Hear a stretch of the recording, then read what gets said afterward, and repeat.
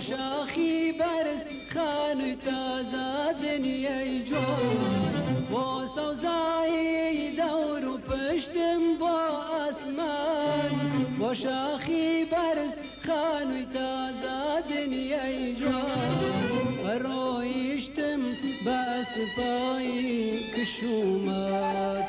رویشتم بس پای کشومات راش سستو ضل كيلي تاسو آوات لاش سستو ضل كيلي تاسو آوات